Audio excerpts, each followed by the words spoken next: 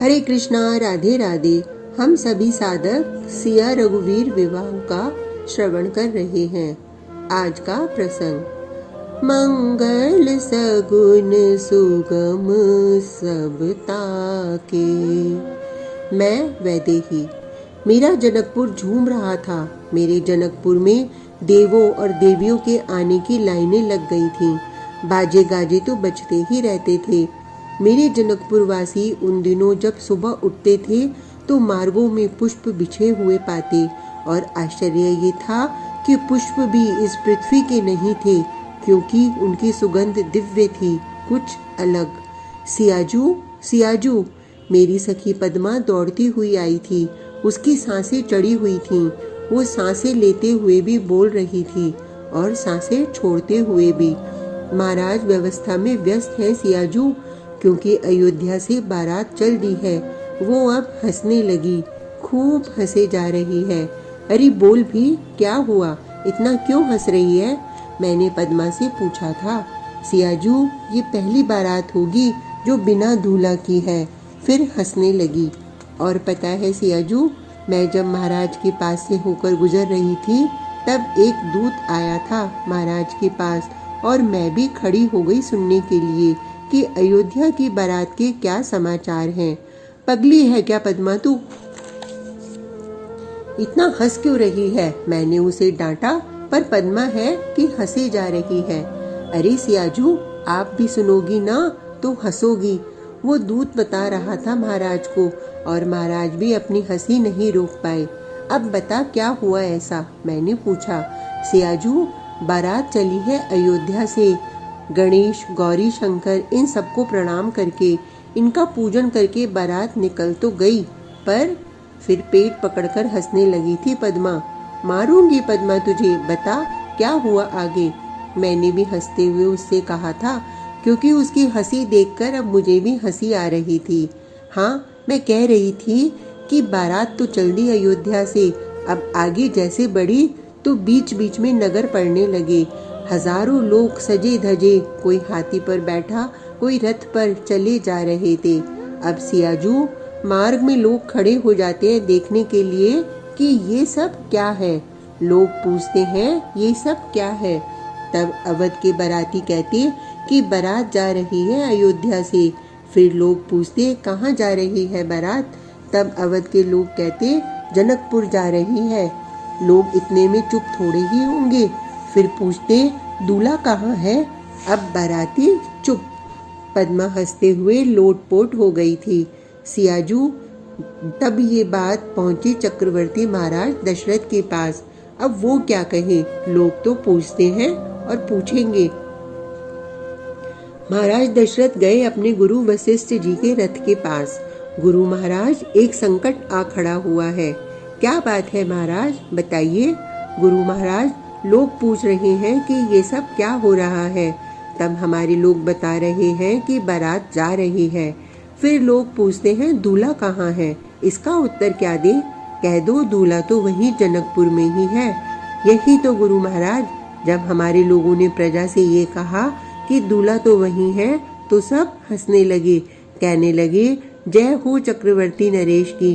ऐसी बारात आज तक नहीं देखी हमने जिसमें दूल्हा ही न हो। और दूल्हा भी बड़ा विचित्र है कि ससुराल में जाकर महीनों पहले से बैठा हुआ है। पद्मा मुझे बता रही थी। इस बात पर तो मुझे भी हंसी आई। फिर आगे क्या हुआ? आगे क्या बताया दूत ने? मैंने पूछा। अरे सियाजू, हमारे महाराज भी दूत की बात सुनकर हंसे थे। आगे बता, आगे क्या हुआ? मैंने पद्मा से फिर पूछा। अपने विशेष दूत से भी हमारे महाराज ने यही पूछा था, तो वह गंभीर होकर बता रहा था। महाराज, चक्रवर्ती नरेश के गुरु महाराज भी थोड़े गंभीर हो गए। फिर उन्होंने उपाय बताया। देखो, एक काम करते हैं महाराज दशरथ, हमारे साथ भरत और शत्रुघ्न तो है ना? हाँ, है तो सही, चक्रवर्ती नरेश ने कहा।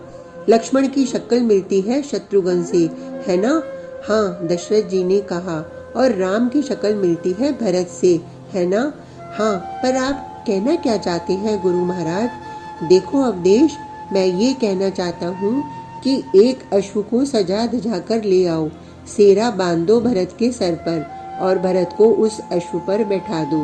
और कोई भी पूछे कहाँ है दूल्हा तो बस बोलना यही है, इशारे में बता दो ये रहा दूल्हा। गुरु वशिष्ठ जी ने वो उपाय बताया। गुरुदेव की बातें सुनकर हंसते हुए बोले चक्रवर्ती नरेश, अरे गुरु महाराज ऐसे थोड़े ही होता है, पर शक्ल तो मिलती है ना, भरत और राम की दोनों एक जैसे लगते हैं, है कि नहीं? चक्रवर्ती नरेश ने कहा, आपकी बात सब ठीक है, चलो राम की जगह भरत को आज बारात में दूल्हा बनाकर ले जाएंगे, पर जनकपुर में? वशिष्ठ जी ने कहा, जनकपुर आने से पहले ही उतार देंगे भरत को घोड़े से। महाराज अवधेश ने कहा, चलो लोगों को बता देंगे, लोग मान भी लेंगे, क्योंकि राम और भरत एक जैसे लगते हैं। पर भरत मन में क्या सोचेगा? अवधेश ने गुरु महाराज से ये बात कही। गुरु वशिष्ठ जी ने कहा, भरत क्या सोचेगा? नहीं, विचार कीजिए गुरु महाराज, विवाह तो राम का होगा ना। वशिष्ठ जी ने उस समय गंभीर होकर एक बात कही, नहीं राजन, विवाह मात्र राम का नहीं हो रहा, विवाह तुम्हारे चारों पुत्रों का भी हो रहा है। क्या? दूत की बात सुनकर जनक जी चौंके। क्या? गुरु वशिष्ठ जी की बात सुनकर अवधेश चौंके। क्या? पद्मा सखी की बात सुनकर मैं चौंकी। सिर झुकाकर खड़ा था वो दूत हमारे महाराज के सामने। पद्मा ने कहा, महाराज कुछ समझ नहीं पा रहे थे, तभी सुनैना माँ आ गई थी और सारी बात समझा दी थी सुनैना माँ ने। सुनैना माता ने कहा था, महाराज ईश्वर की विशेष कृपा हम जनकपुर वासियों पर बरस रही है। आप सोच में क्यों पड़ गए महाराज? हमारे यहाँ भी तो सिया के अलावा मांडवी, श्रुतकीर्ति, उर्मिला है तो सही। बस इतना क्या सुना, हमारे विधेय राज ने उस विशेष दूत को अपने गले का हार उतार कर दे दिया। आनंदित हो उठे थे हमारे महाराज। सियाजू, पद्मा ने मुझे ये सब बातें बताई। मैं प्रसन्नता से भर गई। मैं बहुत खुश हो गई थी। मैंने सबसे पहले पद्मा को अपने हृदय से लगाया, फिर मेरे नैनों से अश्रु गिरने लगे थे। पद्मा, मैं सोच रही थी कि मैं ही जाऊंगी अकेली अवध। जाना तो अकेले ही पड़ता है ना अपने ससुराल, पर ये तो कितना अच्छा हुआ ना, मेरी बहनें भी मेरे साथ जाएंगी। क्या अच्छा हुआ जीजी, जरा हमें भी तो सुनाओ। मेरी सबसे लाडली बहन उर्मिला उछलती हुई आ गई थी। अब तेरी चिंता भी खत्म हो गई उर्मिला। मेरी सखी पद्मा उर्मिला से बोली, मेरी क्या चिंता, अब तू भी खुश हो जा। क्या हुआ पर? बड़ी मासूमियत से बोली थी उर्मिला, लक्ष्मण से अब तेरा विवाह होगा। जीजी देखो ना, ये सब मुझे छेड़ती रहती हैं। तब मैंने उर्मिला को अपने अंक से लगाया था और उससे बोली, हाँ उर्मिला, हम चारों बहनें एक साथ विदा होंगी। शर्माकर भाग गई थी उर्मिला। मैं बहुत खुश हूँ आज पद्मा, हम चारों बहनें विदा होंगी, हम चारों साथ रहेंगे। पद्मा, ए पद्मा, क्या हुआ, बोल ना। पद्मा रो उठी थी और मेरे हृदय से लग गई थी। सियाजू, आपके जाने के बाद इस जनकपुर का क्या होगा, हमारा क्या होगा? मैंने पद्मा को देखा, वो अभी से विदाई के बारे में सोचने लगी थी।